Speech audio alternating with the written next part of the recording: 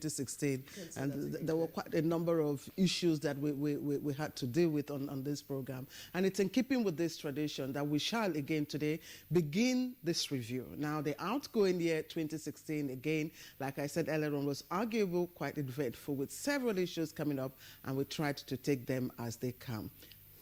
Well, for the review today, we'll feature about 14 selected topical issues within and outside the country. Were treated over a period of 7 months this year between February and August 2016. Indeed, the topics are varied. Now, they range from social, economic, to legislative, security, the environment, and of course, sports. And as known with this program, we brought very reputable guests, of course, from relevant areas from within and outside the country, of course, to discuss the various issues. So, unlike the case with Good Morning, as in the regular schedule, when we're bringing guests to discuss issues, it will be just both of us and you as well, as we indicated. And it will be a review of some of those topical issues we took up in the course of the year 2016. Of course, we assure you it will not be less engaging, as you know, the program to be. And of course, apart from someone that will be introducing in the course of this program, it's a ladies' affair. Blessing. It's a ladies' affair. It's a ladies' affair. The producer is not a lady anyway. All right, enjoy the excerpts of the topics we have reviewed. I am Claire Adelabu Abdul Razak, welcoming you to today's edition. And I am Blessing Abu, joining Claire to welcome you to today's edition of the program. By the time we're done with tomorrow's on, the next time we'll be appearing to be in the year 2017.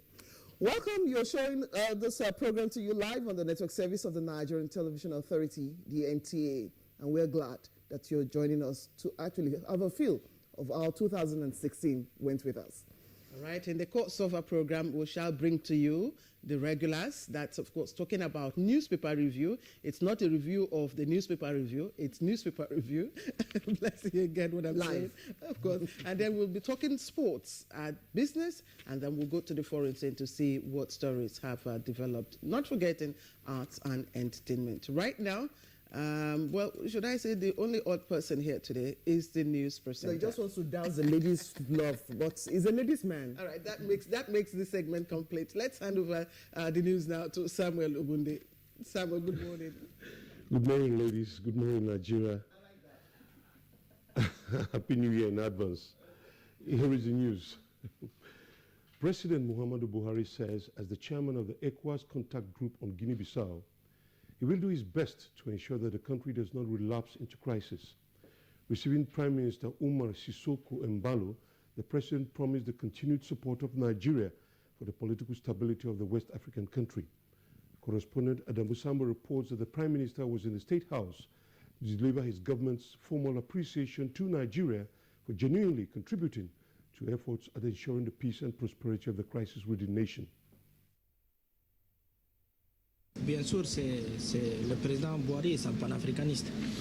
Certainly, President Buhari is a pan-Africanist. When almost everybody abandoned us, it was Nigeria that remained with us, supported us and assisted us up till today, now that we are now beginning to have stability in that country. That is why we are here, and to also develop further the relationship between the two countries, not only in the context of South-South cooperation, in the context of ECOWAS, but also bilaterally between the two countries.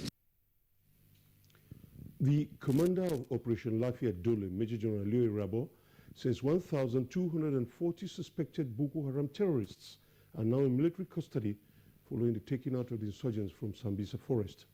Major General Leo Rabo stated this while briefing journalists in Maiduguri, Borno State. He said the military destroyed the Boko Haram Camp Zero and captured several equipment. He said that with this development, the military has won the war, but still needed to win the peace.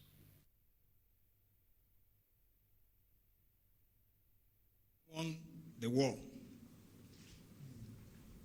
But, however, we need to win the peace. Every one of us will have a role to play. Our collective destiny lies right in our hands. Meanwhile, more than 350 abductees were rescued by the military during the counterinsurgency operations in Sambisa Forest. Yagum Subuka reports that the freed abductees were evacuated from Yobe State, where they were held for 3 years and taken to Maiduguri by the military. At least organize a return package for them before handing them over to the local government committee. All is set for President Muhammadu Buhari's visit to Bauchi State. Abbas Mekano reports that during the visit, some projects executed by the Bauchi State government will be inaugurated by the president. The Sultan of Sokoto, Alhaji Saad Abubakar, has cautioned members of the National Assembly against any legislation that could hinder the freedom of worship in accordance with the dictates of the holy books. Alhaji Saad was speaking at the closing ceremony of the Zamfara State 20th Quranic Recitation Competition held in Gusau, Zamfara State.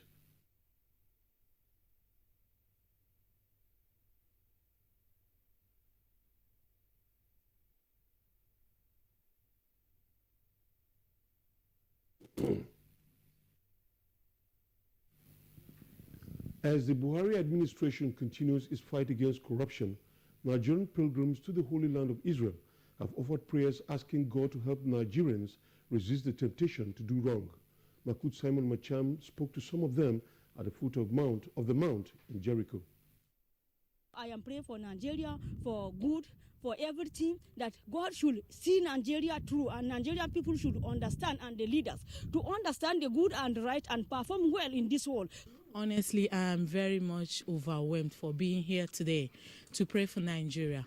My prayer point here is that God should give our leaders, from the leaders down to the last person, the ability to resist temptation, no matter the angle it is coming from, especially the temptation of corruption, because corruption has eaten so deep in the life of our nation. Tragedy was averted in the early hours of Wednesday when a Lagos-bound train from Kano crashed into a trailer at the Kawo Mandorial crossing in Kaduna, resulting in its derailment. We heard about the train accident with one of the vehicles belonging to Boa Group of Company. And we sent for a vehicle from Beninyaro, from Kakao, and also from this command to mobilize so that we were controlling traffic. We were also trying to see what we can do. We make use of one lane and close the other lane, and eventually the train moved. That's the news segment of the program for now. The ladies, Blessing and Claire, will be back with the program after this break. If you hear a bomb explosion or gunshots of an active shooter, that might be a terror attack. At such times, always remember 3 action words: run, hide, report. Don't try to run towards the terror scene to save the situation, because there might be a second bomb blast or another attack. Run far away and take cover. Make sure you are safe first. Yes, it is in our nature to sympathize over the hurt, but remember, only trained personnel can help in such environment. Promptly call relevant authorities and help will come.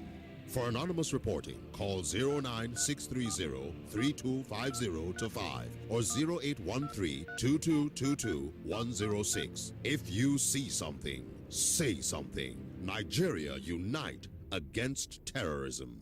This message is brought to you by the Federal Ministry of Information and Culture. Germs, oil, and dirt cause blemishes and uneven skin tone. You need Dettol Even Tone. It removes 99.9% of germs and is formulated to remove excess oil and dirt, helping to reduce blemishes. Does your antiseptic liquid kill the germs that cause flu, diarrhea, typhoid? Dettol does. Dettol provides 10 times more protection versus leading competition. So why take a risk with your loved ones?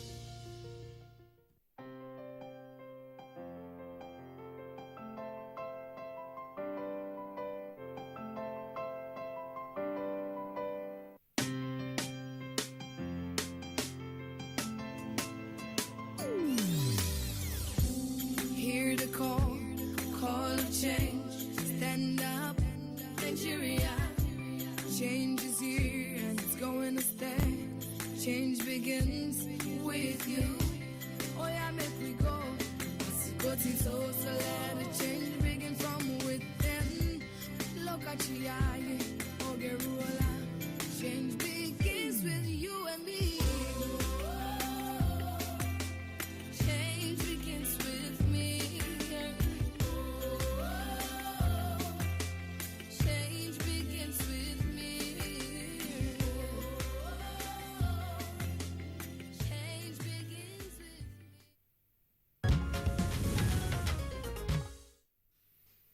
The program is Good Morning Nigeria. Time now for our business reports. Expert calls for concerted effort in ensuring sustainable and viable agricultural practices on the continent. And the stock exchange resumes with the week being in the green. Details with Leah Katung-Babatunde. If Africa must get out of poverty, she must be able to feed herself. Development experts say it has become imperative for ensuring peace and stability on the continent. Speaking to NTA Business News in Abuja, United Nations Development Programme representative Abdoulaye Mardieye says robust agriculture will put most of societal ills at bay and give room for growth and improved standard of living. Because it is a human right to feed its own people. It is a development imperative. Without feeding your people, you cannot do development, because development is a matter of the people. The people drive development. And third, it is an issue of national security. If you don't invest in feeding your people, they'll cross the Mediterranean, the sea. They will be recycled and used and abused by dark forces like the Boko Harams and the Al-Shabaab. So it is a win. It is a must to feed your people. He said Africa is capable of feeding herself and only requires the right will to do so. And it is feasible because Africa has 6% of the arable land of the world, but we are only investing, only 6% of the land is irrigated. So you see the margin that we have, the space. If we were to improve the irrigation level by investing in irrigation, how we can multiply the production of agriculture, because the potential is huge. So it is really feasible. In Nigeria, attention has shifted massively to agriculture as a quick solution to addressing problems occasioned by low oil prices and a recession taking a toll on the economy. Moving on, the Nigerian Stock Exchange resumed the last week of the year in the green, building on the momentum gathered in the last 2 days of the Christmas holiday week to see the all-share index rise by 0.76%. Next is a graphic summary of closing figures from the Nigerian Stock Exchange.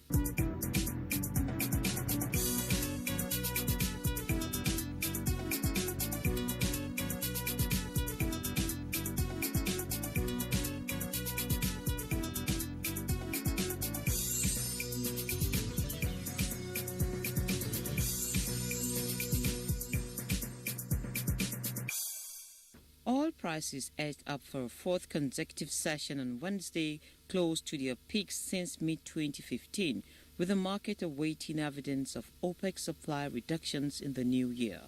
Oil prices have gained 25% since mid-November, helped by expectations for OPEC supply cut and solid U.S. economic figures that have also bolstered equity prices. Trading is expected to remain thin this week ahead of the New Year holiday. The market is taking a wait-and-see approach to the official start of the landmark deal reached by the Organization of the Petroleum Exporting Countries, OPEC, and several non-OPEC members to reduce their output. The deal is set to kick from January 1. OPEC and non-OPEC producers are expected to lower production by almost 1.8 million barrels per day, with Saudi Arabia, OPEC's largest producer, agreeing to bear the lion's share of the cuts. With Business News, I'm Le Katung Babatunde. Leah Katung-Babatunde there with Business News. We, of course, coming up next will be the newspaper review, but that's after the break. Nigerians. Suicide bombers are not spirits. They are not ghosts. They are human beings like you and me. They live amongst us. They are your neighbors. They are your friends today but terrorists tomorrow. So you must know your neighbor now. Security begins with you and me. Know your neighbor. Be vigilant. Be security conscious. Report suspicious persons, objects, and movements to the police and other security agencies. The security of our nation is a duty for you and me. If you see something, say something. Nigeria, unite against terrorism. This message is brought to you by the Federal Ministry of Information and Culture. Whenever pain occurs, you want quick relief. Try new Nurofen Express. It goes to the source of pain and gets to work in under 15 minutes. That's why Nurofen Express delivers fast and effective relief. New Nurofen Express works at the source of pain. Fast. Being a mom is great, but when your child has a fever, you don't know what to do. I trust Nurofen for Children to take care of my child's pain and fever. Effective relief you can trust. It's that time of the year when we appreciate all those that meant so much to us. Our sponsors, our clients, government at all levels, corporate bodies, advertisers, religious bodies, civil society groups, political parties, business, and above all, you, our esteemed viewer. Together, we made 2016 great. Together, we shall make 2017 even greater. That's why we say, thank you. Merry Christmas and prosperous New Year.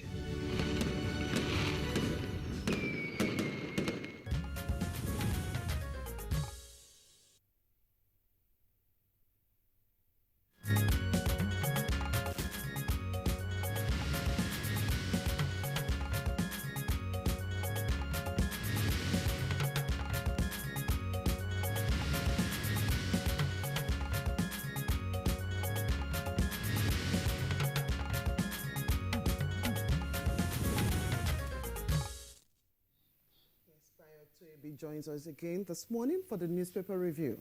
Good morning to you, Bayo. Good morning. Good morning, Claire, and good morning, Nigeria.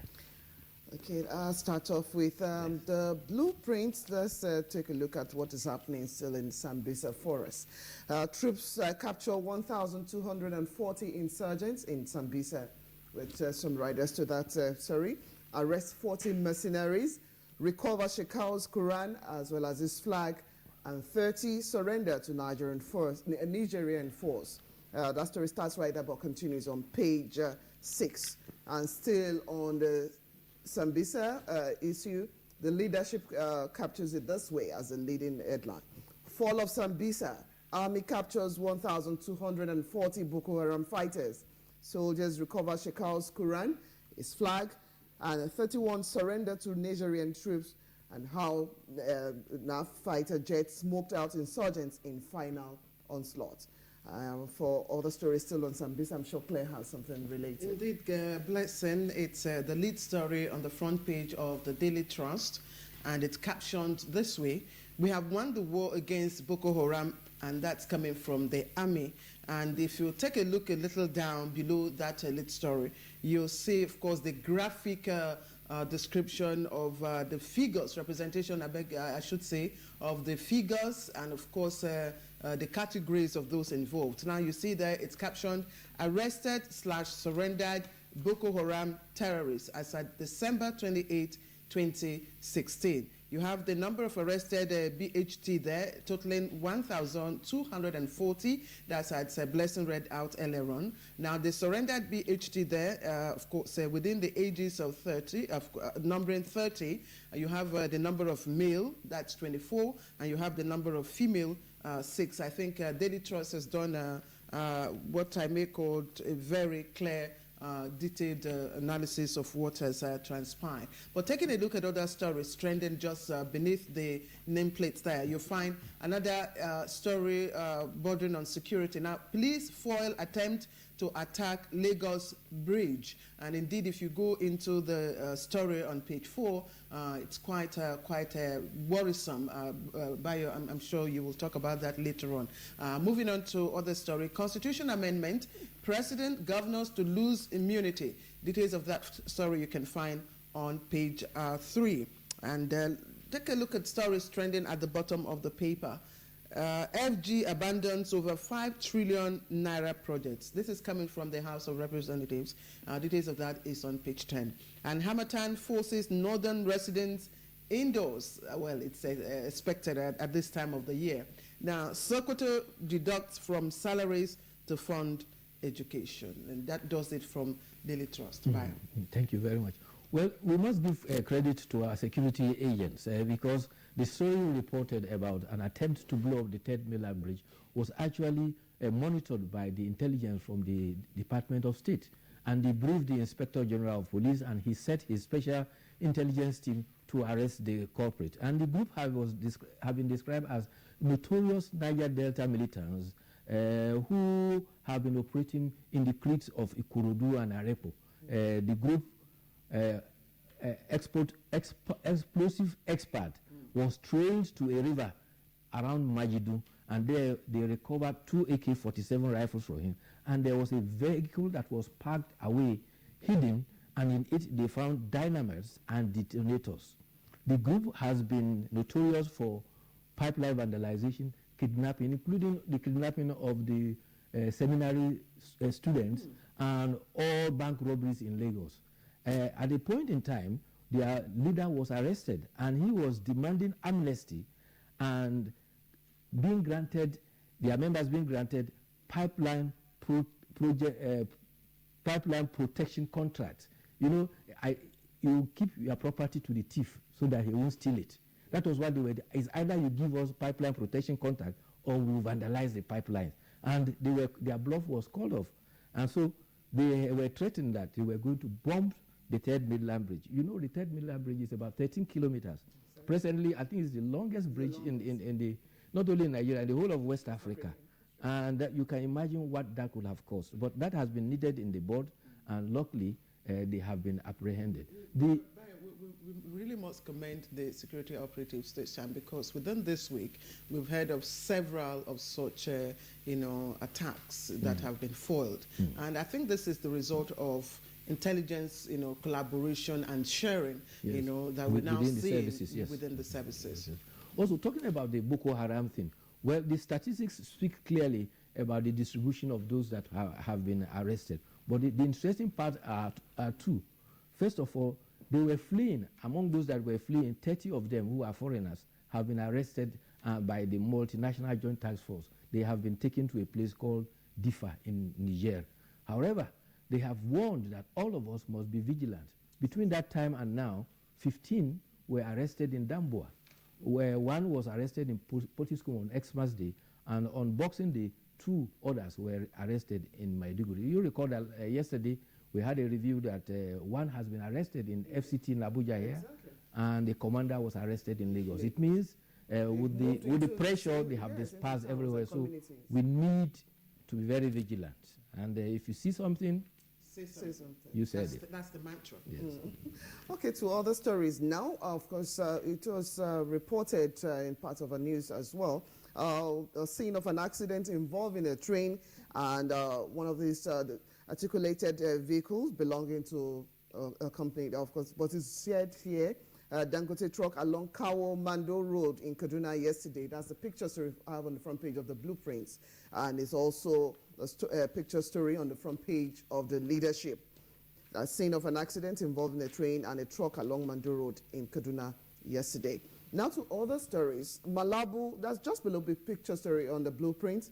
Malabu $1.1 billion deal. Ex-Minister Etete, 12 others to face trial in Italy. That's what we find on page 6. 141 die in Katsina Road accident. This is coming from the FRSC. You find details of that story on page 7.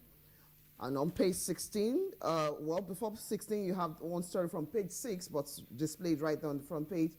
NNPC said to repay $5.1 billion joint venture debt. And probe missing 500 million Chibok school fund. Serap tells EFCC. That's the story that you find on page 16. 3 children die in Lagos fire outbreak. That's what you find on page 13. And talking about vehicles, the deadline, the ban, this is coming. Vehicles importers rush to beat January 1 ban deadline. That story is just below the nameplate for the leadership this morning. Vehicle importers rush to beat January 1 ban deadline. That story starts right there but continues on page 6. Why National Assembly budget remains a secret. You want to know? Page 4 will give you further details on that. Okay, let's take a look at the authority and what it's reporting.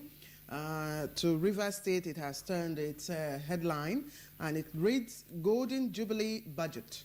Capital projects take 70% of Rivers' 470 billion naira 2017 budget.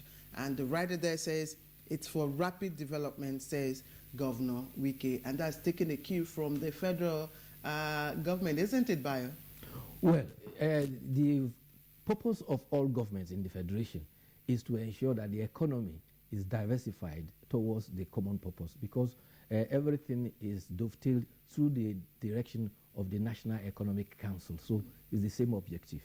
All right, thank you for that. Let me quickly take other stories. And this one, I don't know how you will see this very story. It's just atop the nameplate there. Scarcity of dogs hits Ekiti as residents turn to dog meat. It's a delicacy. Well, dog meat is a delicacy in parts of this country. Elsewhere, they will tell you that a dog is man's best friend, and it will appear very inhuman to consume dogs. But one man's meat is another man's poison. But in the light of the looking inwards now, what do they do? Well, local dogs have become endangered species, you mean? Well, before we talk about these crashes, particularly the train crash in Kaduna, there is also a concern about 3 policemen that were killed while they were on patrol in Idu Karimo area. A motorcyclist identified the 3 bodies and alerted the FCT police. Meanwhile, the Commissioner of Police has sent a Deputy Inspector General, a Deputy Commissioner of Police to lead an investigation team, and they are combing the areas around Karimo to try and find the hooligans suspected to be either armed robbers or some criminals who are responsible for that. But talking about the train crash, a Lagos-bound train from Kano got collided with a trailer. The trailer was conveying sugarcane, and apparently, in spite of the fact that the train was blaring, he refused to stop. This happened about 3 a.m. In the very early hours in the night. And unfortunately, the road safety officer says that certainly maybe the driver is hard of hearing, because the train was blaring and he still insisted on crossing, and that was why you had that collision. And it caused a tailback between 3 a.m. until 9 a.m. the following day before they were able to clear that. Also, the Federal Road Safety Commission did embark on a 9-day nationwide Xmas vigilance on the highway. In the process, they said there were 289 crashes that were recorded during the Xmas celebration. Those involved were 2,185 people, 1,000 people were injured, 998 were rescued alive. Unfortunately, we lost 187 Nigerians. And this is becoming recurring. What is described as the ember months, year in, year out. We just lose people ceaselessly and unnecessarily. And I think this time, in fact, the road safety needs to be commended. The level now is 187, is lower than the previous month, and so their vigilance has actually reduced it. And there were about 9,619 offenses that were committed, and some of them were actually charged through mobile courts. 1,292 were convicted, 129 were discharged. Guess what? 5 others were imprisoned for serious high-way offenses. Another story, developing story, I may call it. It's on the front page of the authority, just above the nameplate there. It's on sports. It says, cash crunch, NFF to cut number of national teams. Yes, this idea was given, hinted at by the Minister of Sports, and that apparently we are spreading and participating in many competitions, and rather it's becoming very expensive for us. And you recall that the Falcons that won the trophy, the 10th time they have won the trophy, came back and had to sit in their hotel for 2 weeks because the allowances were not paid. And that was very, very embarrassing. They took to the streets. Yes, it was very, very embarrassing. Because of that now, I think those who are in charge of football are now looking at the necessity for us to put our feet and our test for competition where our competencies are best, rather than spreading all our effort thin and costing us. The other day it was revealed that each time the Super Eagles come to play, it costs the NFF nothing more than 100 million. And so that is quite enormous. And you know, the competitions are in age range.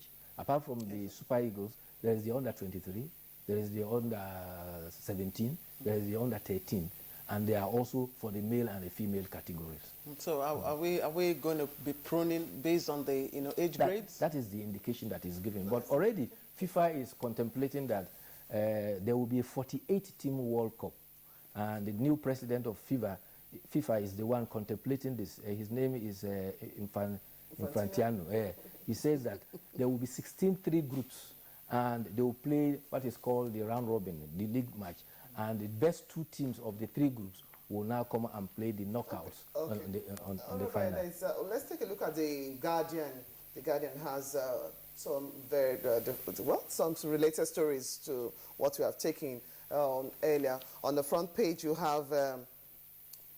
Yes, can we have it on the screen right now? On the front page, we have government raises import duties on consumable and luxury goods.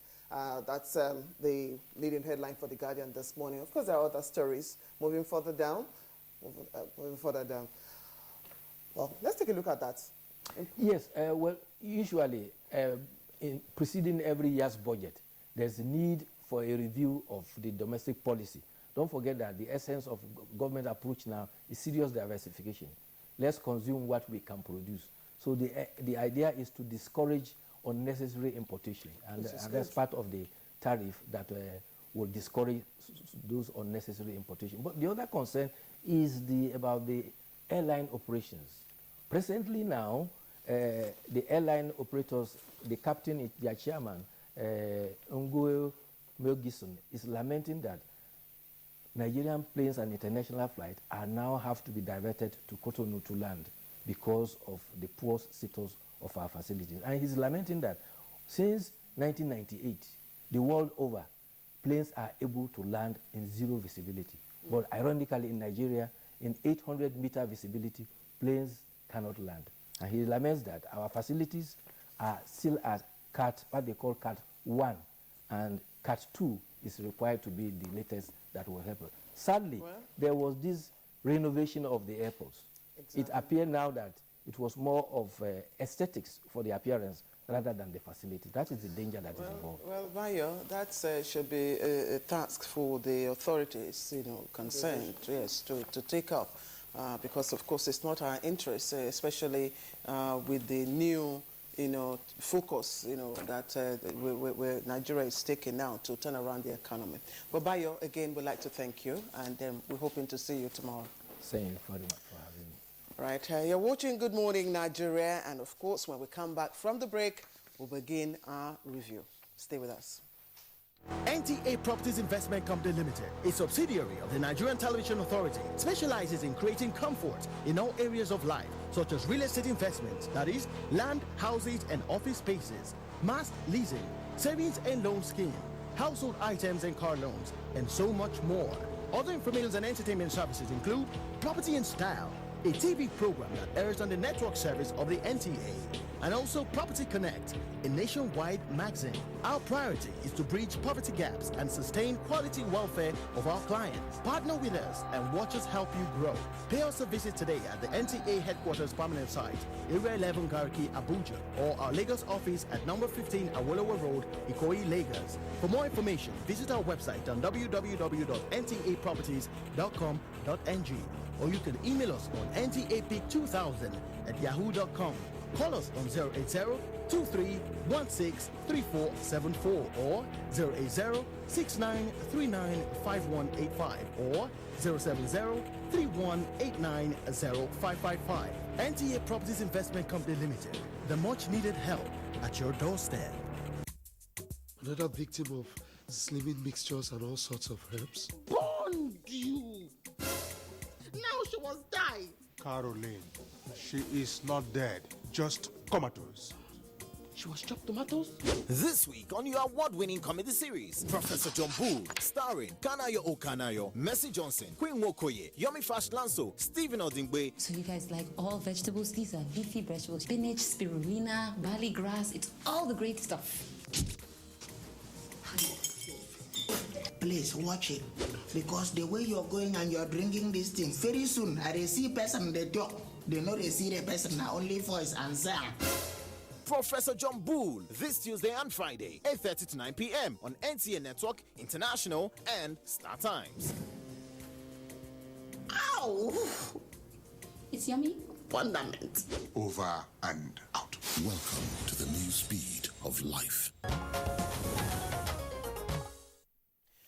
All right, you're right on time as we begin our review of 2016, of course, major programs on Good Morning Nigeria. Our first episode this morning will be the discussion on the rising use of illicit drugs. And of course, this was a premise on the fact that the incident is rising, especially among youths in different parts of the country. We had the program in the early part of February this year, and of course we featured guests like Dr. Ijoma Chikezie, who's a specialist in drug demand reduction and rehabilitation. We also had the NDLEA commander, FCT, Mrs. Chinyere Ubijuru, and Hamza Umar, also of NDLEA commander from Kano. And Kingsley and Blessing presented this particular episode. Let's listen in. Drug abuse is widespread across the whole country. It has become so alarming that even primary school children today are abused. In all parts of the country, the difference being the type of drugs being abused.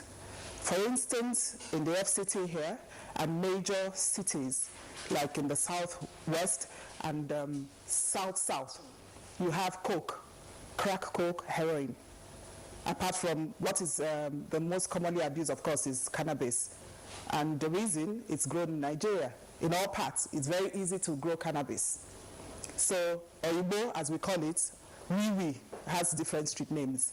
That is the most commonly abused drug. Then you now have, they specialize in different regions. And then places like Kano, you have a lot of syrup and psychotropic substances being abused. In the southeast, you have heroin being abused. But I'm sure that some people will just be wondering whether it is, hard drug abuse, that coke, as you have said, or heroin, or just, the misuse of medicaments as well as the inhalation of substances. What are the consequences? There are a lot of consequences. First of all, look at the saying that leaders are the future of tomorrow. And if you look at the age grades, the age brackets of these people that abuse drugs, now in Canada we discover that even people from the age of 8, 9, 10, 12, to the age of 50. So if you look at this age grade, and they said youth are the futures of tomorrow, then probably Hamza Umar will be old, nobody will take care of him in future. But that is not even the case. The main important thing is we are now in a very difficult period of social violence, crimes. Crimes of whatever angle you look at it has connection with the substance of abuse, drugs. I'll give you critical examples. Of recent, even the military, when they are fighting the war in the northeast, you find a discovery of large quantity of this hard drugs associated with these people. Now, of recent, the Grand Commissioner of Kano, cattle wrestlers, he also discovered a lot of kilograms of cannabis associated with these people. Now, most of these accidents you see on the road, that RSFT are campaigning, talking of the, you find out that it's difficult. 99% of the accidents you find out that if you test the driver, he's under influence of one drug or the other. In my practice as a counselor and a rehabilitation officer, I saw cases that you see families devastated, families who have sold all things that they ever had to recover one person. Because once a member is affected, the entire family is affected. It's not only affecting the individual, it's affecting the family, it's affecting the society. The security problems that Nigeria is experiencing today cannot be divulged from the drug abuse persons in Nigeria. The armed robbery that we experience every day, we can't sleep and close our eyes, are related to the greater percentage of youths that are abusing drugs in Nigeria. We might be doing well in the interdiction, but a lot has to be done in recovering those that are already dependent on drugs. And that's an area that Nigeria needs to focus more attention on. Of course, like we pointed out, some of the cases that you might have seen, of course, ranging from the different ages. But from the home, of course, there are situations that the parents need to see. They might not be there, but what are those telltale signs that my child or ward is doing drugs or something odd is actually happening that I need to watch out for? You see, thank you. The thing is, parents now need to be very observant. We're very careless about watching our children. When you see a child that used to be very obedient begins to get recalcitrant, he begins to play truancy from school, he begins to change in his demeanor, he's aggressive, he's rude, he doesn't take care of himself anymore, he begins to lock up his room, and then he puts privacy and then begins to play very loud music in the house, or begins to use very strong perfume. Begins to wear dark glasses even within the premises of the house, and not even only that, and he begins to take heavy menthol sweet, because that is to cover up the smell of those things. Well, that was from the program Good Morning Nigeria, taking a look at illicit drug usage. Now, moving on to March, when we discussed state government and loans. Many state governments had resorted to taking loans considering the record of poor utilization of loans by them in the past. The phenomenon are to be discussed on the program. Here we have the snippets, and of course Claire and Kingsley are the guests as Governor of Edo State, of course Comrade Adams Oshomole, Governor Mohammed Abubakar, and also DG Debt Management Office. But talking about how we got here, well, first, to borrow or not to borrow is not necessarily a value to be condemned or to be celebrated. I think the issue is the character of borrowing, the quality of borrowing, and what to borrow to do. Now, in my view, to borrow to pay salary is wasteful. To borrow to travel to meet other invisible expenditures is unhelpful. But if you borrow to provide infrastructure that will attract investors, that will bring some comfort to the populace, that will impart on the enabling environment that the businesses need to thrive and to set up, I believe that will be good borrowing. Because when you are paying back, the people will see what they are paying for. For example, you borrow to construct a standard road, well designed, that is designed to last for the next 30 years, 35 years. If over the next 20 years somebody is paying and is driving on that road, he can see the benefit. And if as a result of that construction you find businesses located in that neighborhood, that would be worthwhile. If because you connected rural communities, you have empowered them to make the best use of their agricultural produce, and they have greater access to the market and therefore better integrated into the economy of the country and of the state, that will appear to make some sense. So I think the thing is to break down to specifics. What have people borrowed to do? In Edo State, for example, we have not and we will not borrow to pay salaries. We will not borrow to run the governor's office. We will not borrow to run the bureaucracy.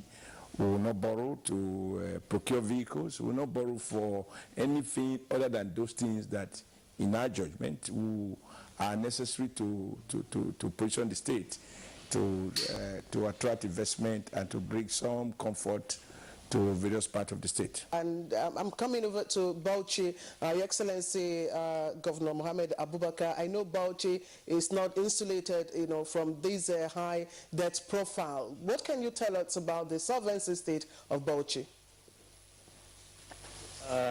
Thank you very much.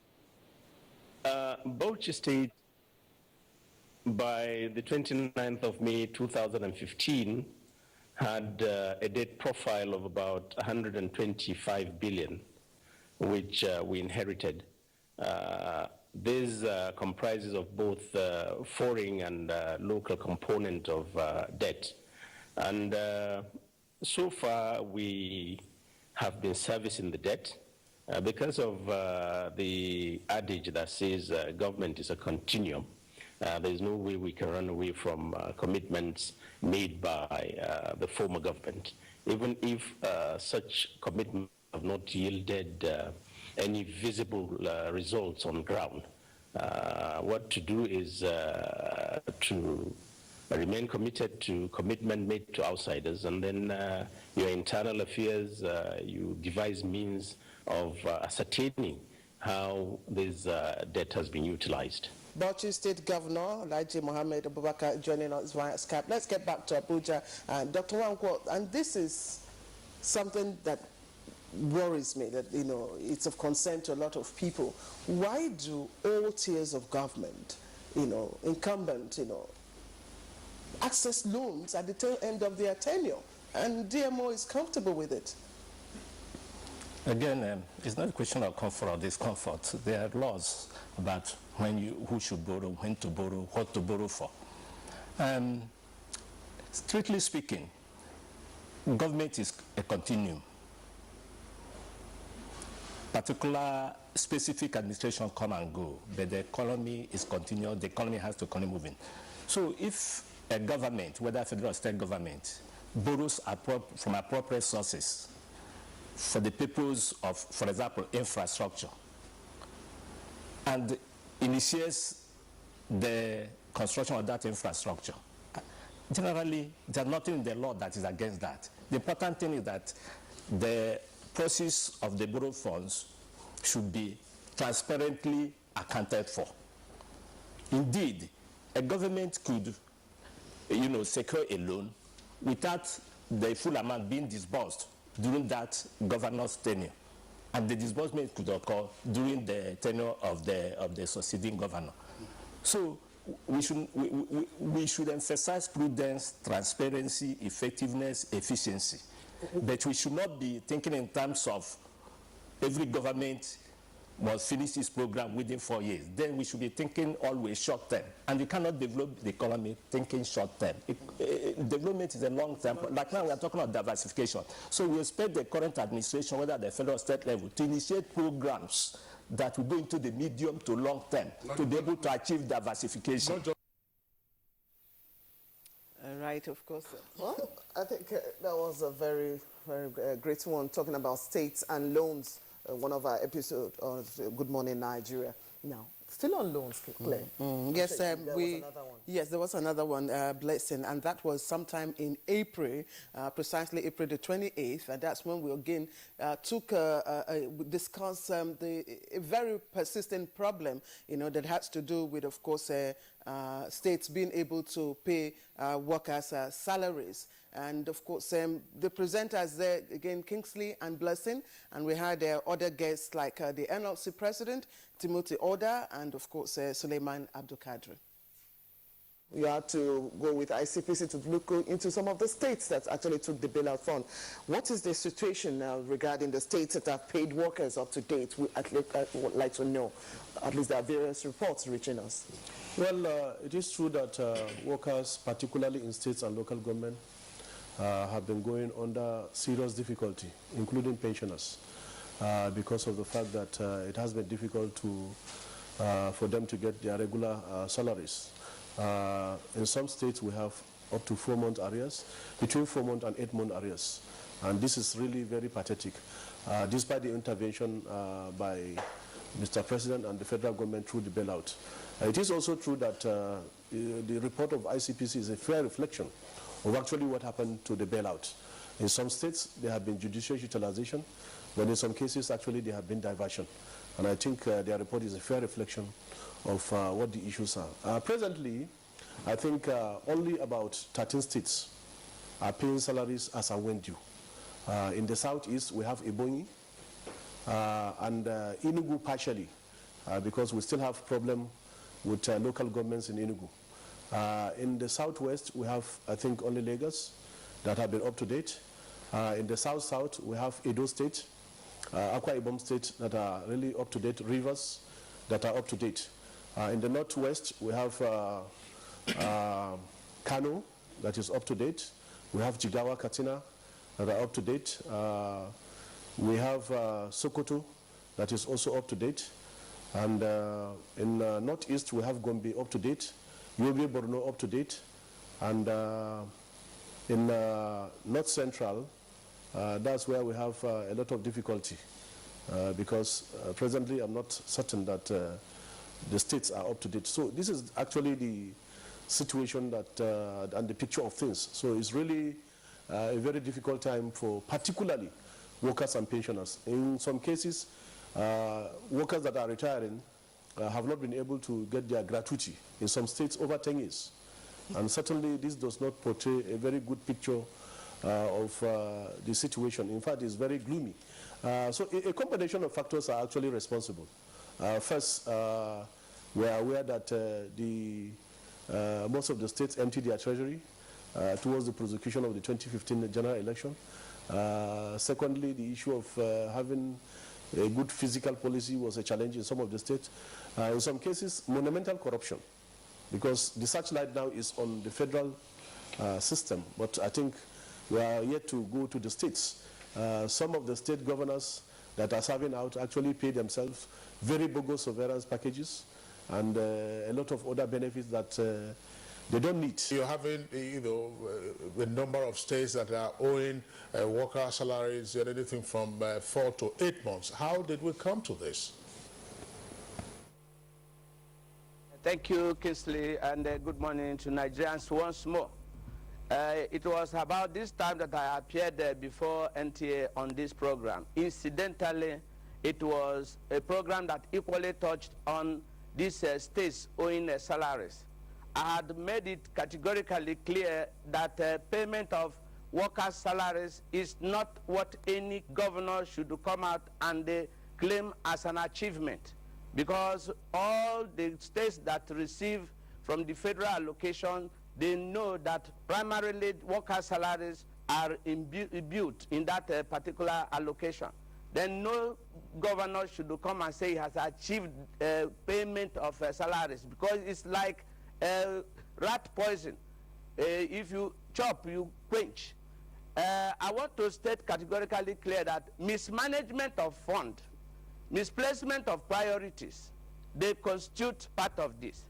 And Mr. Kingsley and Nigerians, the release of a bailout was an abuse. It was a good riddance to rubbish, because proper audit of state workers ought to have been done.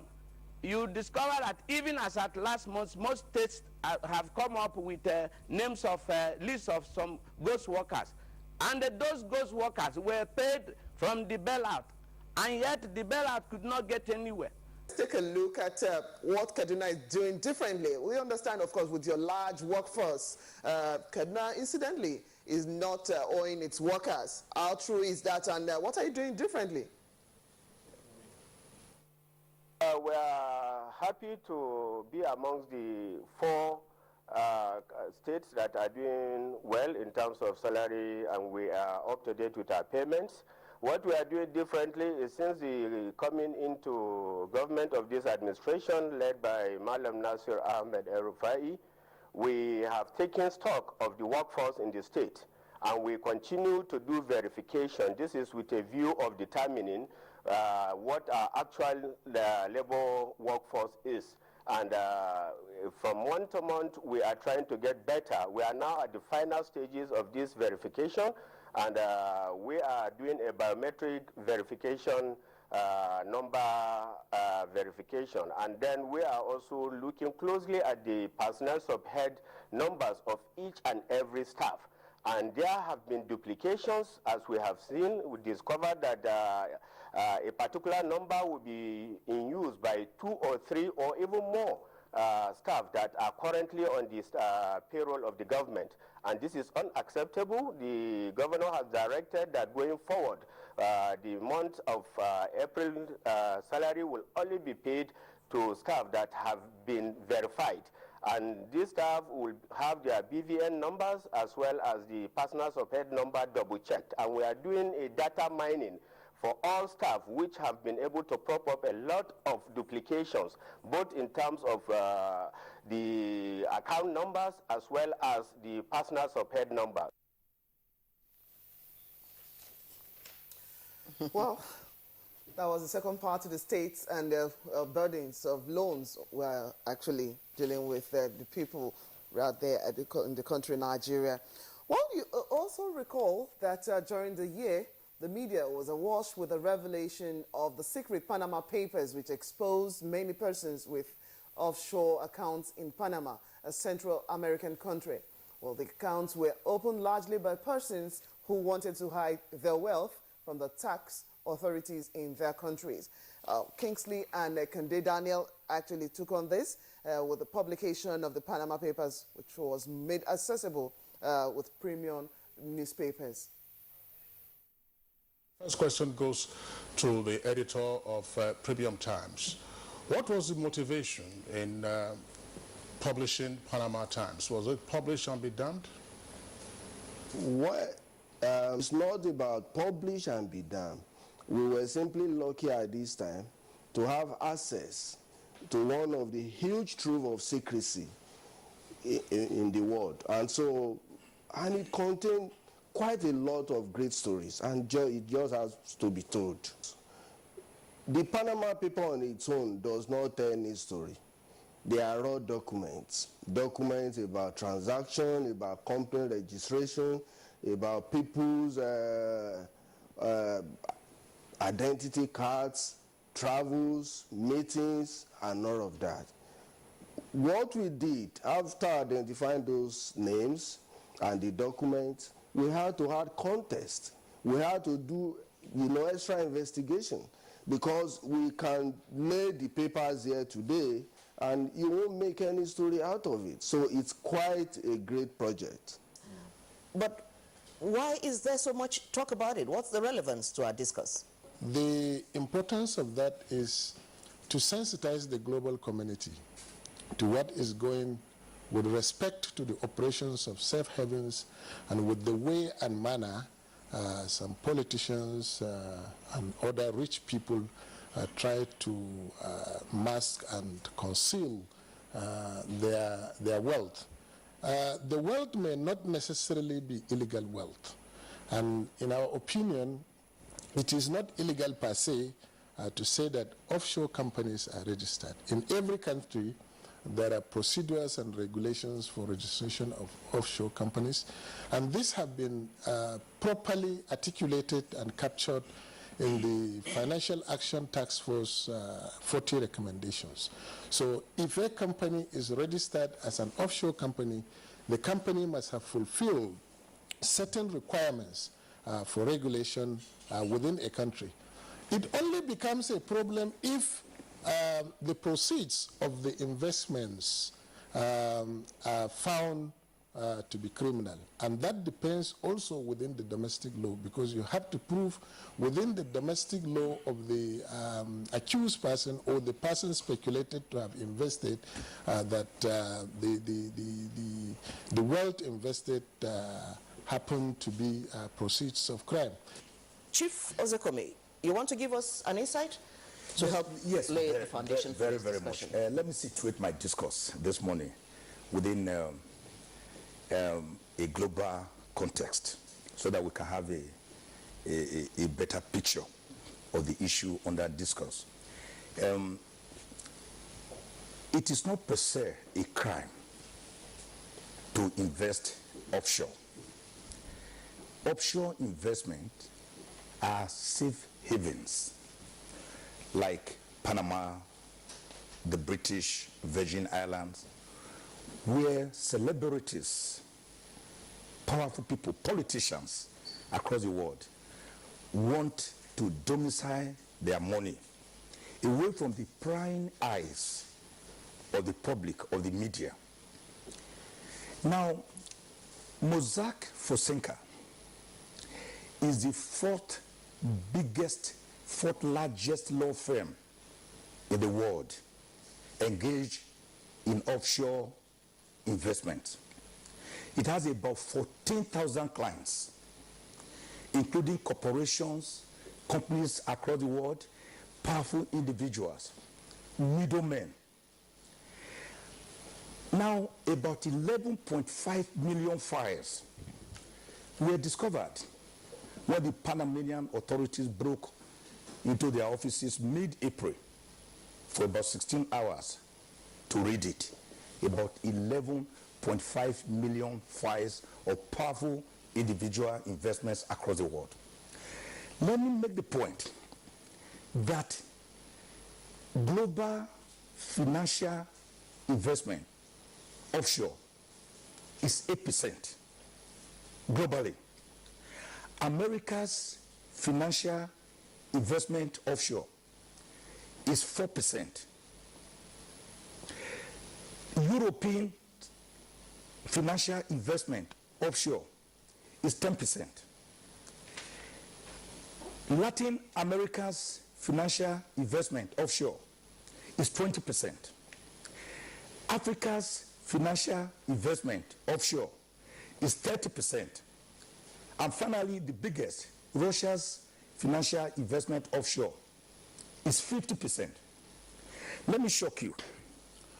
Of the about $2 trillion investment offshore in Swiss banks, which is equal to the entire foreign exchange of China, 2/3 of it belongs to people who are not actually Swiss citizens.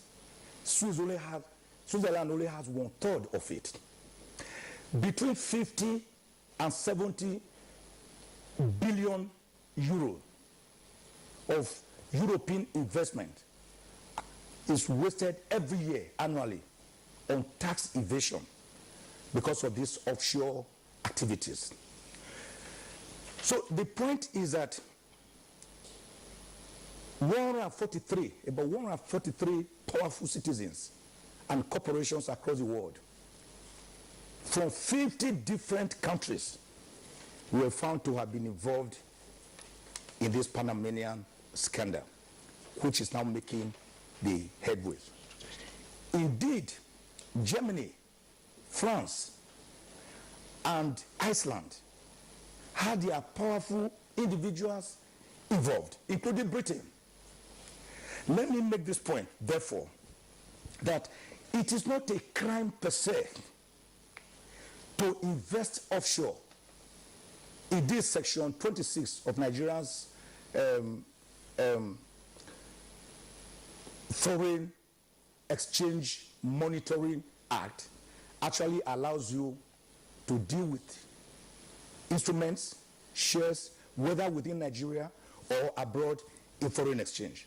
So it is therefore not, it is the source that matters. Is the source illicit funds? Is it from money laundering? Is it from drug trafficking? Is it from advance fee fraud? Mr. Eze, first of all, you can make your broad comments on the Panama Papers, but because of your tax background, it may be useful to have, for the benefit of our viewers, what is a tax haven? What is a safe haven?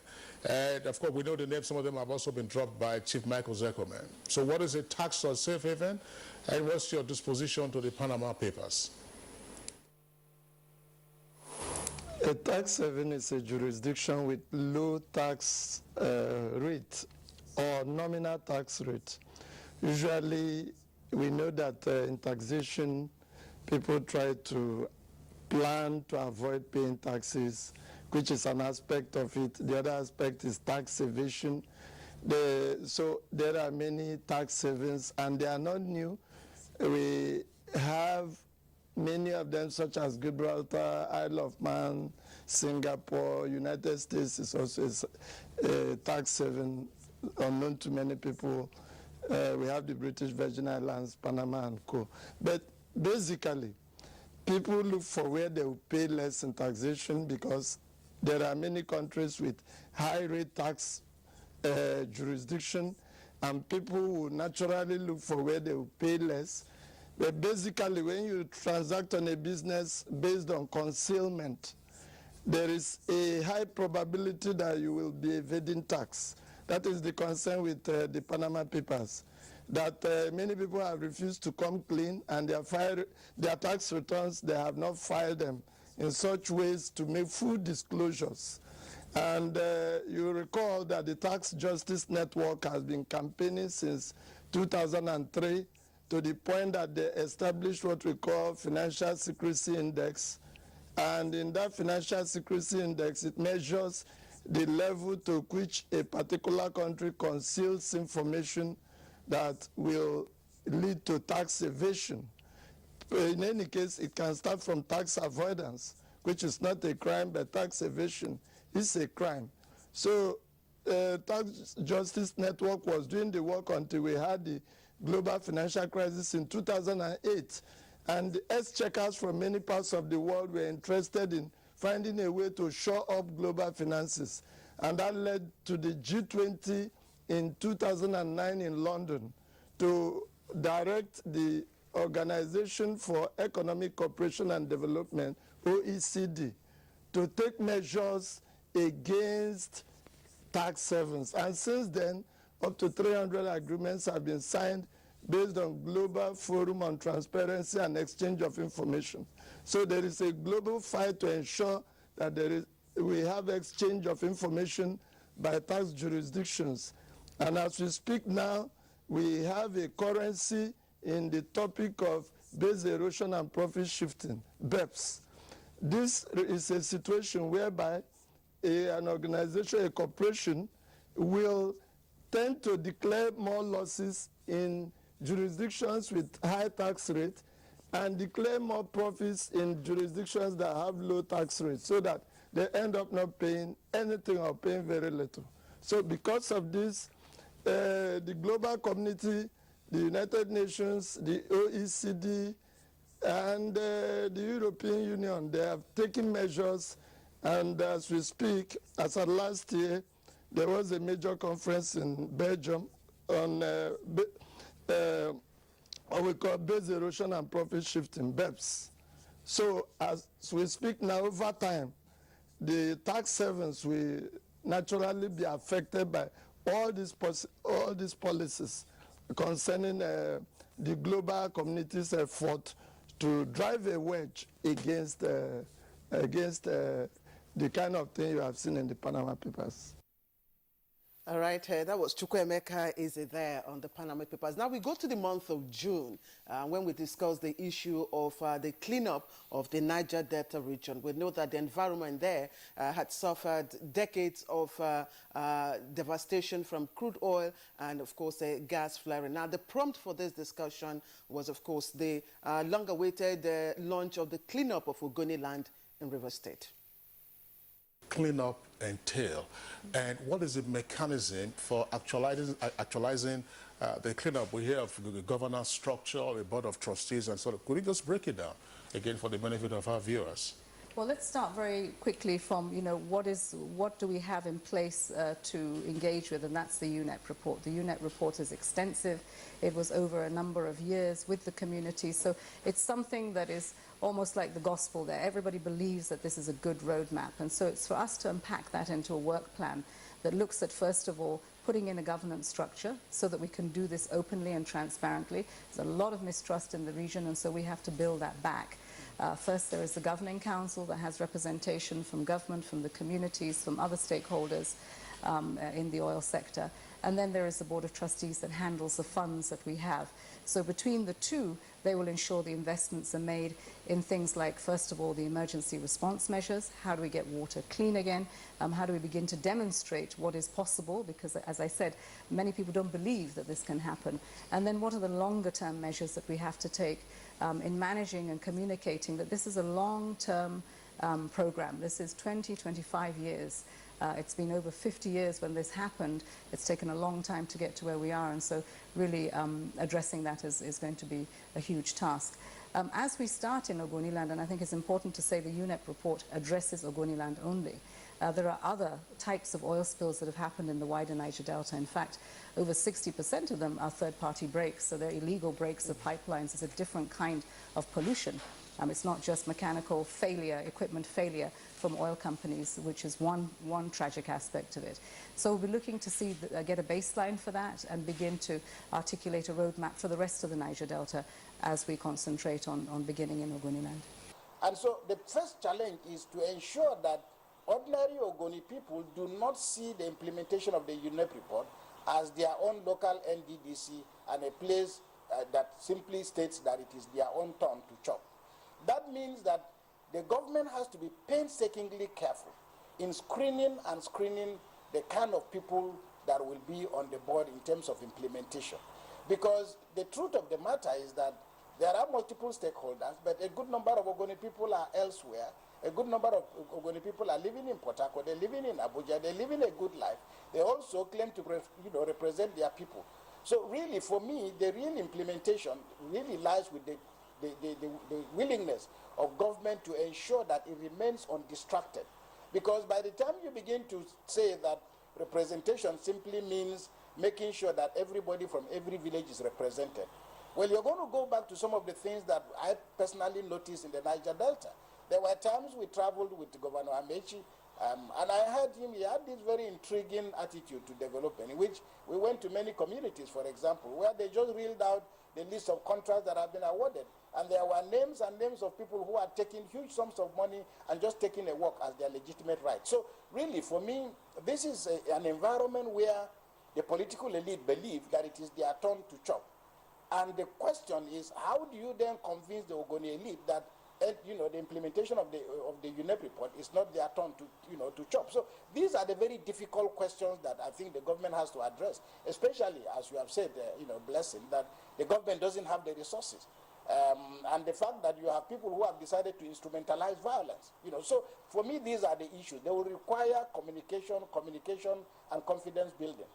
Basically, I think I want to say that so far so good. The minister is on course, engagement, dialogue until you remove the chaff from the grain, and then you stay on track, undistracted, apolitical, and then continue to win the trust of the communities alongside the thinking of government will eventually provide this. There are lacunas, policy trust issues, mutual disconnect. Those areas need to be fixed with these engagements. And I think that there must be an emergency response unit under this ministry now that should begin to look at the quick wins and respond immediately to those ones, leading to the long-term 25 years and set down goal. The message must be driven downward that it's not a 1 day, a 1 year, a 4-year achievement, but incrementally we should see those milestones occurring.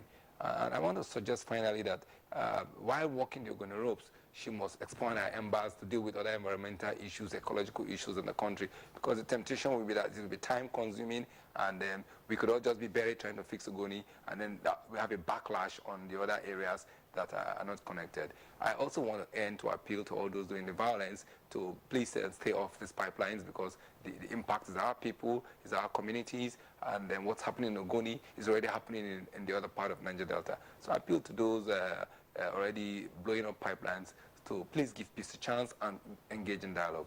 Thank you. Yes, that was the Ogoni cleanup as discussed in June of this year. And following that closely, well, just before that, the minister now, that's for environment, she's now Deputy Secretary General at the United Nations, which is moved on. Well, following that closely was the prospect for crude oil in the Lake Chad area. This was discussed in June, and we titled the program Prospecting for Oil in the Lake Chad. The last 30 years, it's not 30 years that has taken place to identify the potentials of hydrocarbon in the Chad Basin. Rather, there has been certain controversies. There has been certain, we discovered oil in the Niger Delta, and it is very easy to access it and to have it, and unlike in the Chad Basin. So naturally, you go towards where you spend lesser money and lesser time to discover oil. So that's why we concentrated to a large extent in the Niger Delta region. That does not discount that there is possibility of finding oil elsewhere. So it took us several years to do that, and principally is because we already are getting oil somewhere. And the type of science and engineering and technology required is more known towards the Niger Delta terrain rather than the Chad Basin, which has some sophistications. And only recently new technologies have been emerging relative to the old technologies that have been deployed in the Niger Delta. So that is to say that you cannot say exactly how many months or how many years it will take you from the day you decide to look for oil, for instance, in this where we are seated, to the when you shall bring it to the surface of the earth. The Lake Chad basins and the inland basins, which I've had the privilege of studying, lie on what we call a mega tectonic structures. We have a shear zone coming from the mid-Atlantic.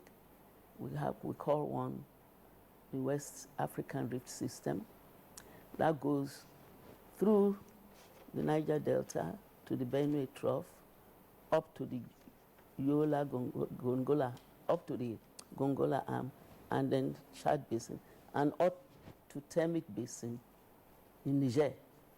Then you have the Central African Rift System that goes through the same, bifurcates at Niger Delta, goes through the Niger Delta, Benue Trough, and then curves up through Yola to Chad, to Sudan, and then goes down to the West African countries.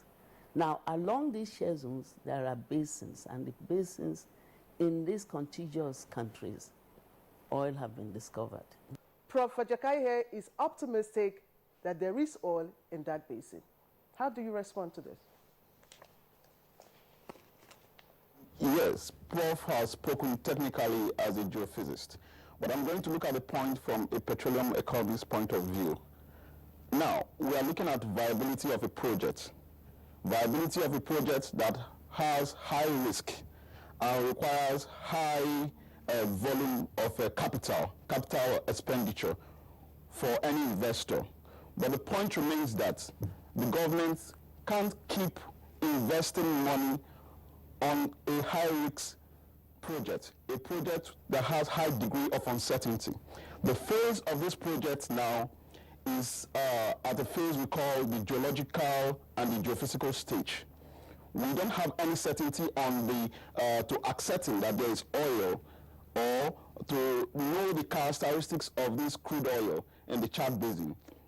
There are speculations that there are about 2.3 billion reserves. But this reserve we talk about is unproven reserves. Now, if you go through the line between 2011 and 2014, the government have expensed about $340 million exploring for oil. In other countries of the world, most governments don't engage in exploratory activities. Well, every nation has a right and a duty to explore for mineral resources wherever it exists within the country. My position is that part of the problem here in Nigeria is that we carry out exploration haphazardly. We start, we stop, we allow so many years in between before we start again. I've studied Nigerian basins for many years. there is very good prospects in so many areas that we did not realize before. In the 1970s, myself and colleagues at the University of Ife, we studied the bitumen deposits in Ondo State. And we proved that they were commercially viable. But of course, there has never been consistent work, just like Canada has done repeatedly. We predicted in those days that even in the coast of Lagos and others, there are potentials for accumulation of hydrocarbon. This has now been proved to be true in the last few years. So in the same way, we must consistently look at all our basins, including Chad. Right, that was prospecting for oil in the Lake Chad region. And just to add that Professor Deborah Ajokaye was the first female professor of geophysicist. And time for us now to take a look at some of the tweets that we have received, quite a number of them.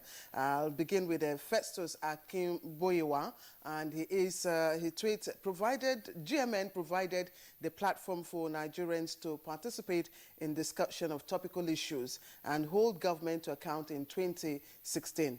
Keep it up. And from Mike Kanyakoi, actually has this two there I'm going to take on. The first one says, GMN is exhaustible. I think he wanted to say inexhaustible. With good topics, the in-depth analysis of issues are freely opined against what used to be of government media. And he also feels that the program is wonderful. The anchors and guests are very excellent. Non-tweeters like him should be recognized and be invited as guests. We'll take a look at that very soon. All right, again, Festus Akimbo, you want tweet, NTA GMN should focus on discussions around the electoral process, corruption, economy, inefficiency, inequality, poverty, and unemployment in 2017. Many thanks to you, Festus, for your suggestion. And from Mohammed Usman, let me say thank you in advance for this. And I've been told not to smile too much, so I'm going to keep serious. Claire and Blessing. You both are beautiful and doing a beautiful job. Not forgetting the man of the house, Kingsley. So I'll smile on behalf of Kingsley. Thank you very much. I'm flattered. I'm flattered. Mohammed Usman, thank you. But just to add that this is a teamwork. There are a number of people who are behind this show. Let's take this tweet coming in from Sani Michael Omakoje. That's a regular, of course, he's a regular viewer. And he tweets, NTA GMN, NTA has done well looking at content and presentations. We want to see more of that in 2017. And so with Sani Michael Omakoji, budget padding, social safety net are some of the topical issues discussed. We hope budget padding won't resurface in 2017 again. And the next tweet comes from, I'll just take the second name, Yusuf. The other one has, it's a whole sentence now. NTA GMN, Taraba State Governor is still owing workers 8 months' salaries. He only paid some staff part of the salaries. And from Delhi, Jack Solomon, this is one of the programs in NTA that disabuses the minds of Nigerians as seeing NTA as a stereotyped government-owned television station. Okay, again, Sani Michael Omakoje has another tweet, and it says, in the whole entire Africa, NTA is the only TV station that airs citizenry opinion on air for such a long time. Kudos to NTA, he says. All right, those are the tweets, and we thank you very much for, of course, keeping us here. For now, we'll take a short break. When we come back, we'll continue with our review.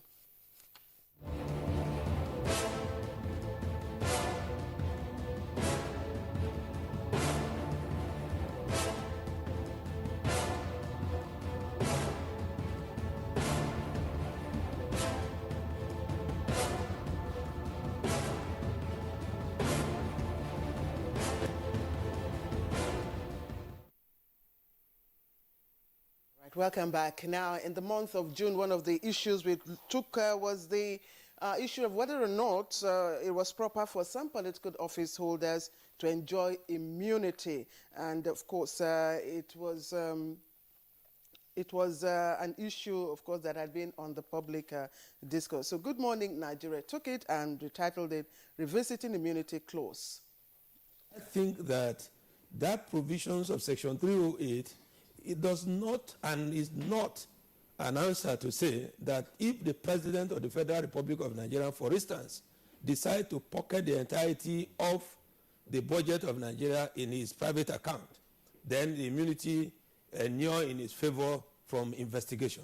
All right, let's hold you there, S.A. Onukotepa, so that other guests will share their perspectives. Clive, let's again, Tawu, why was it transplanted into, our statute books?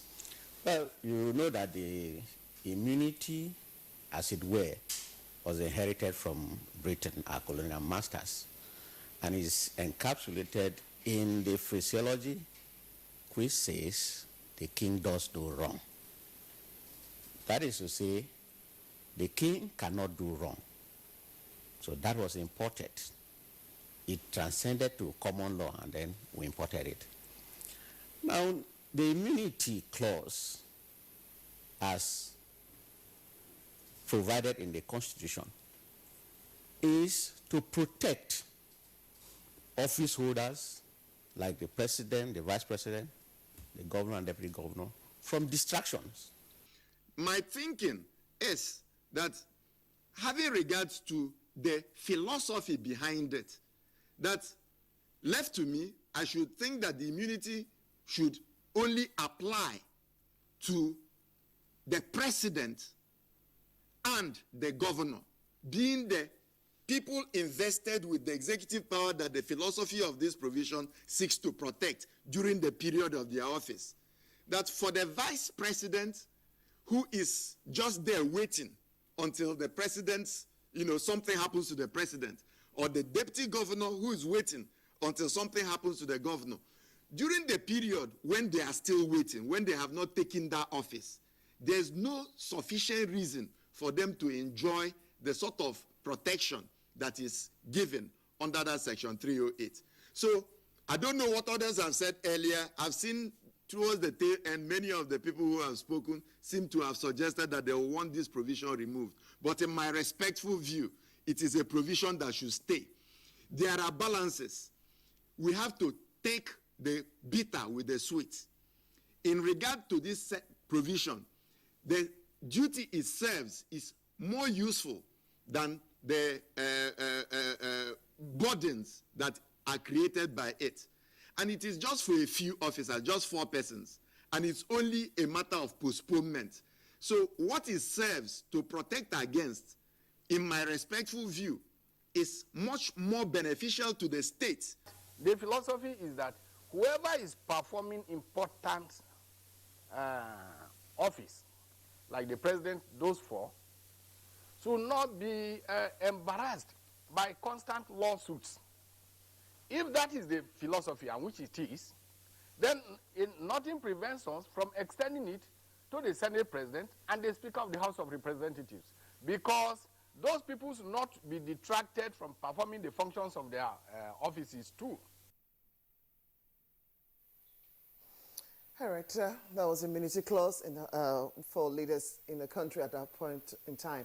Now, you may recall that it was in July as well, just about 5 months ago, the Nigerians witnessed an unusual and uncommon scene in the House of Representatives. Determining the leadership of the lower legislative chamber was what sparked off the problem. Good Morning Nigeria tagged this discussion rumble in the House. Exactly is going on in the House? I think first and foremost, I want to say that this very budget that came to the House came with issues right from the beginning when these estimates were laid before the joint sitting of the National Assembly. Because when we started engaging ourselves with the MDAs, some of the ministers of the Federal Republic and some top government functionaries started disowning the document before us. And since we have a listening president, when this thing got to him, he started raising questions. And it was discovered, it was in the public domain, that some bureaucrats were actually behind this budget, because these estimates were not written by the National Assembly, it was written by the executive. It is when it comes to us that we now worked on it. And in in view of this, some people lost their job. The intention of the Constitution, therefore, is that you have two sources of legitimacy for the budget. One, the expertise of the executive in studying and developing projects.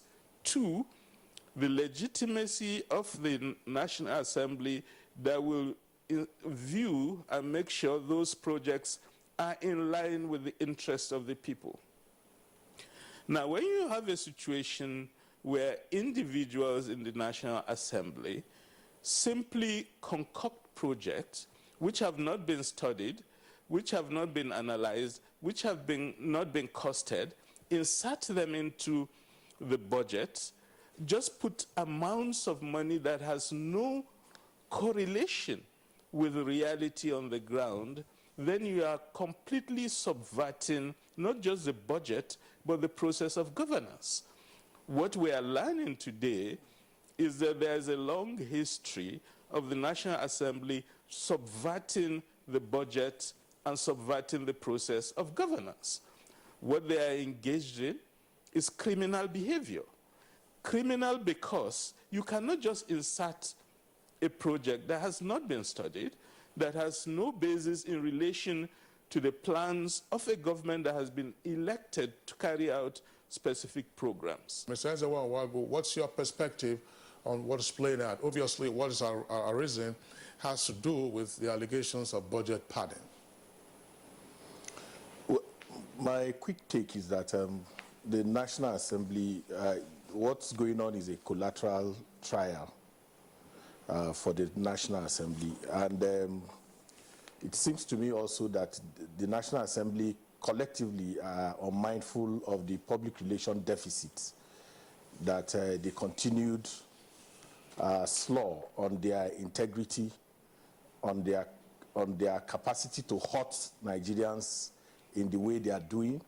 I'm surprised that people are pretending now that they are not aware that the budget padding thing is a feature, and in fact one of the very important incentives that bring many people to the National Assembly.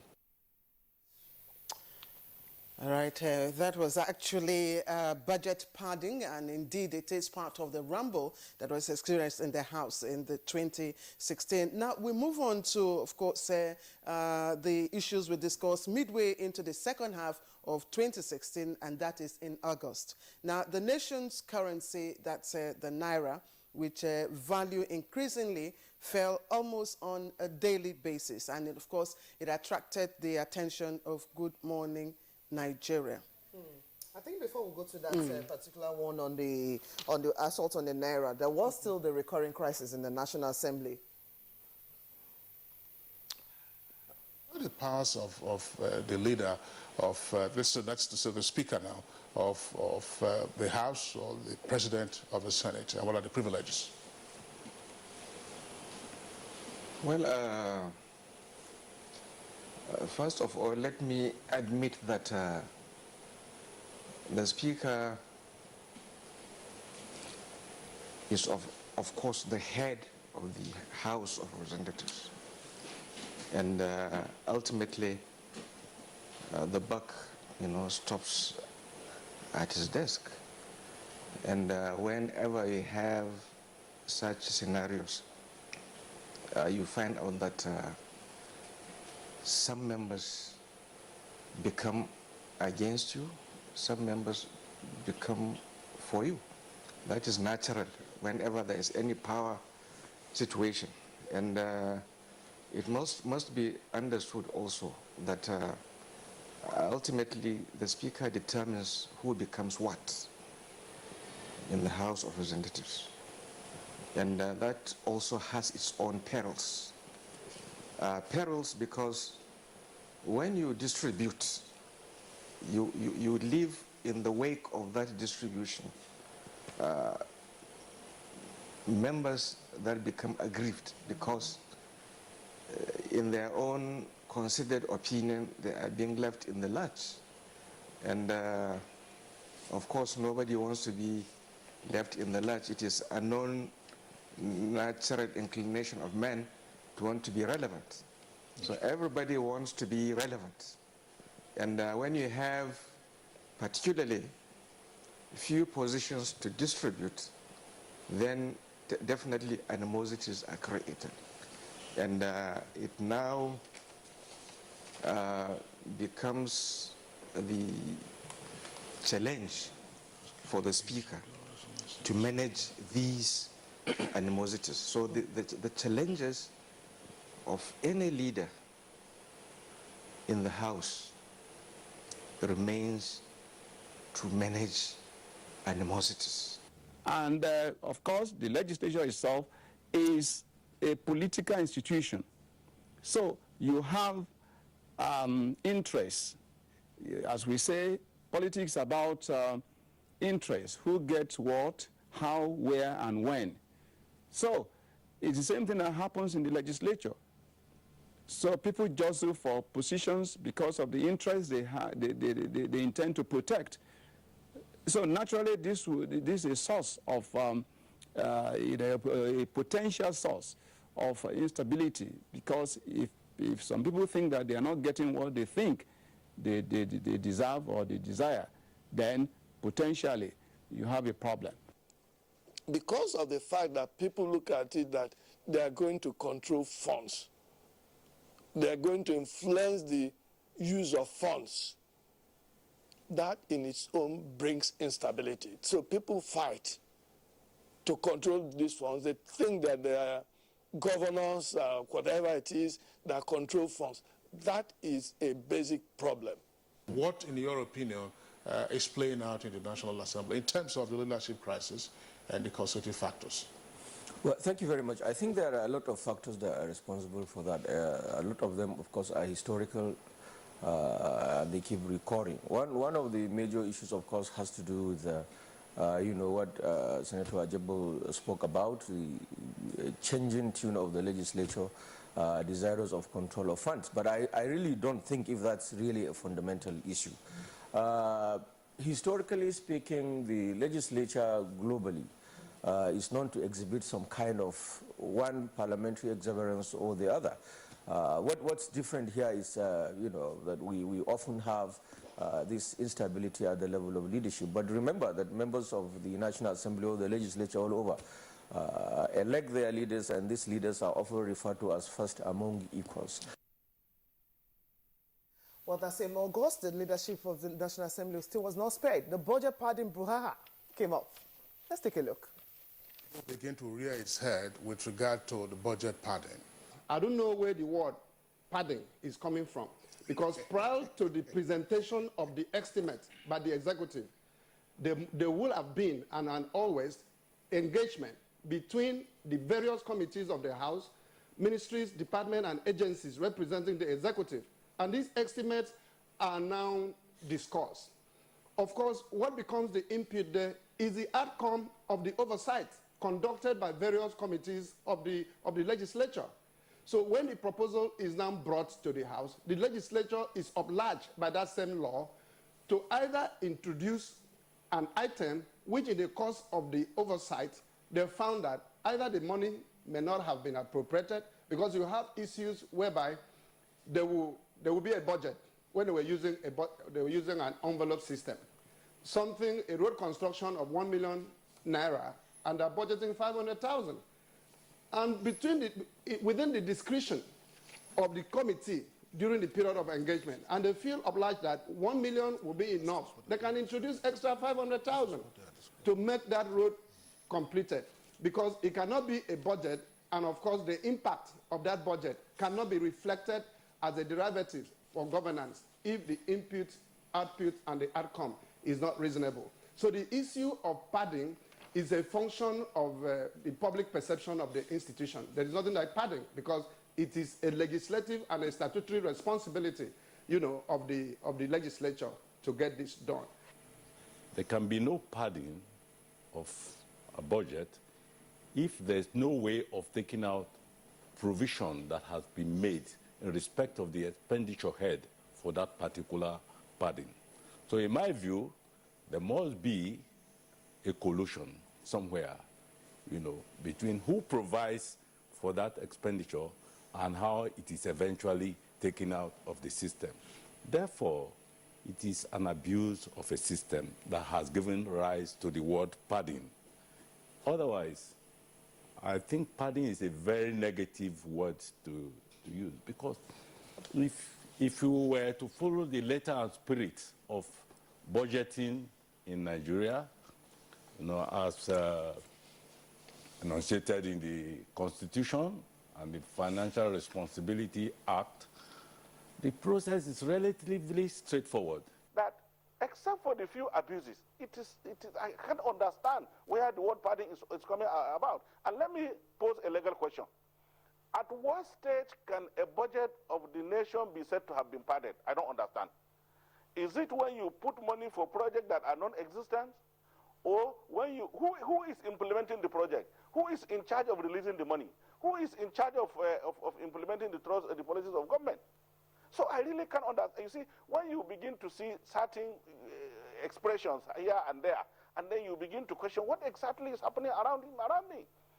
But I talked to a friend yesterday, and I asked him, I said, fine, you keep on saying budget has been padded. Let us particularize what you are talking about, the constituency project. Assuming, but without conceding, that I decided that in my constituency I'm going to put boreholes. And then the government said, well, you have padded the budget. The executive must have a responsibility to explain to my people that in the budget they were represented, my constituency is not worth a single project, which I think the executive will not say. And that is not the intention of the executive. What is happening today has been happening over the years.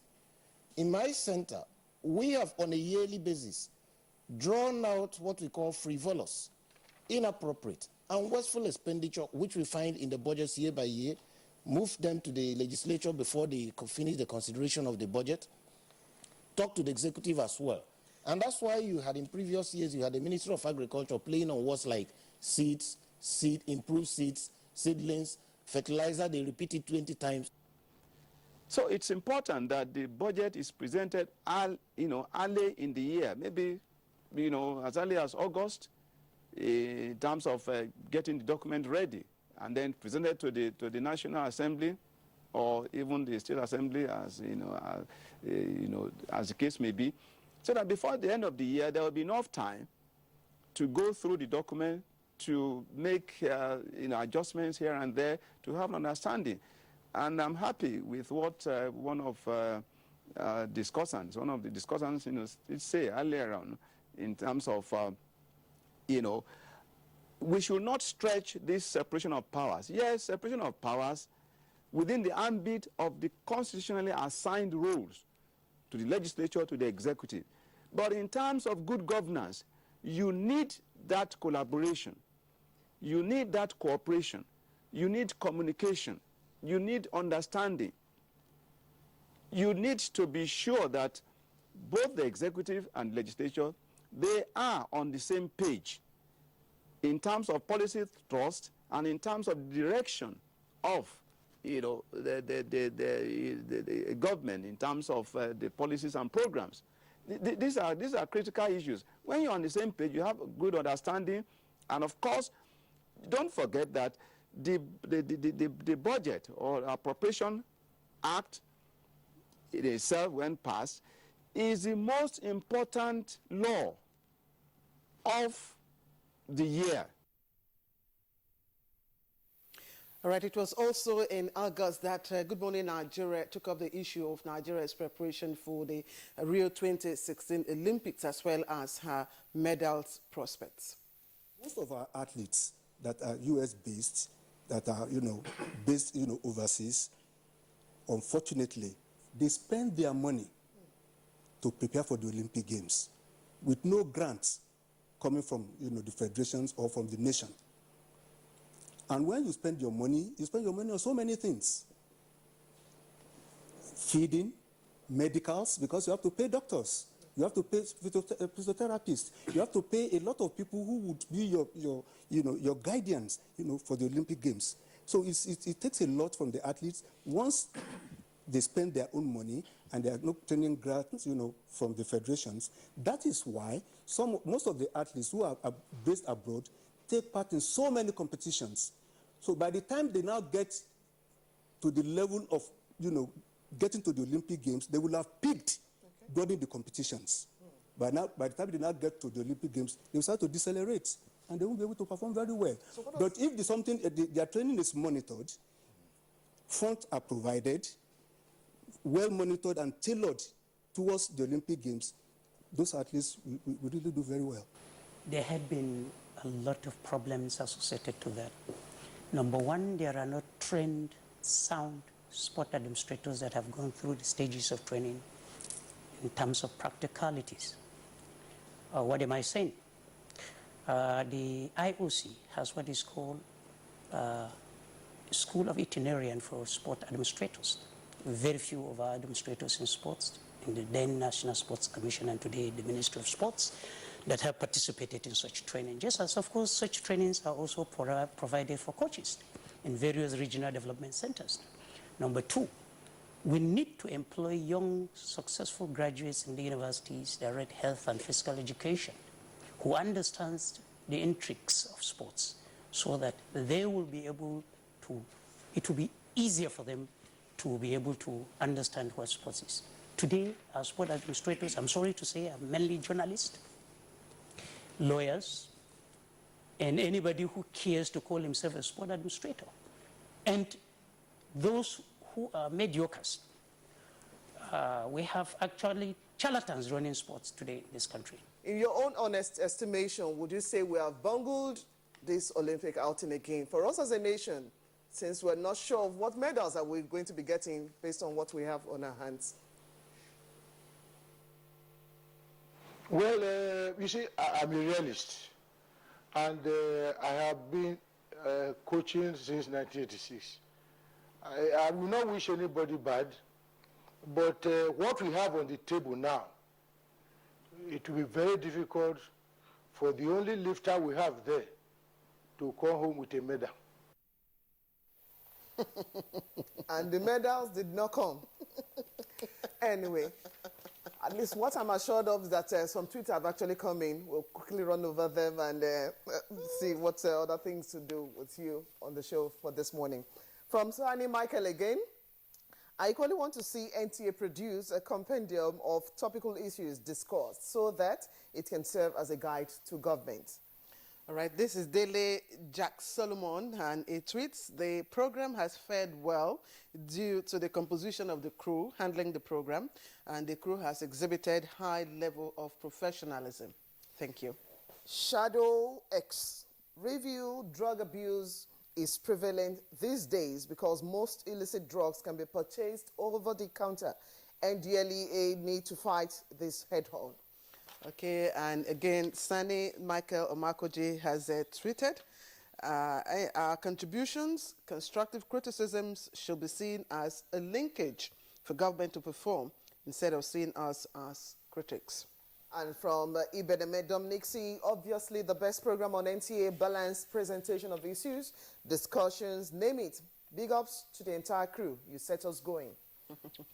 And then finally, good morning, Queens. I think young persons like us, I'm 27, by the way, that's the person, the most qualified to talk about drug abuse, not people above 55 years. Hello. Hello. Anyway, now quickly to our segment, as the other segment, and we'll just take sports. FIFA President Gianni Infantino says global football federations are overwhelmingly in favor of plans for a 48-team World Cup. The head of football's governing body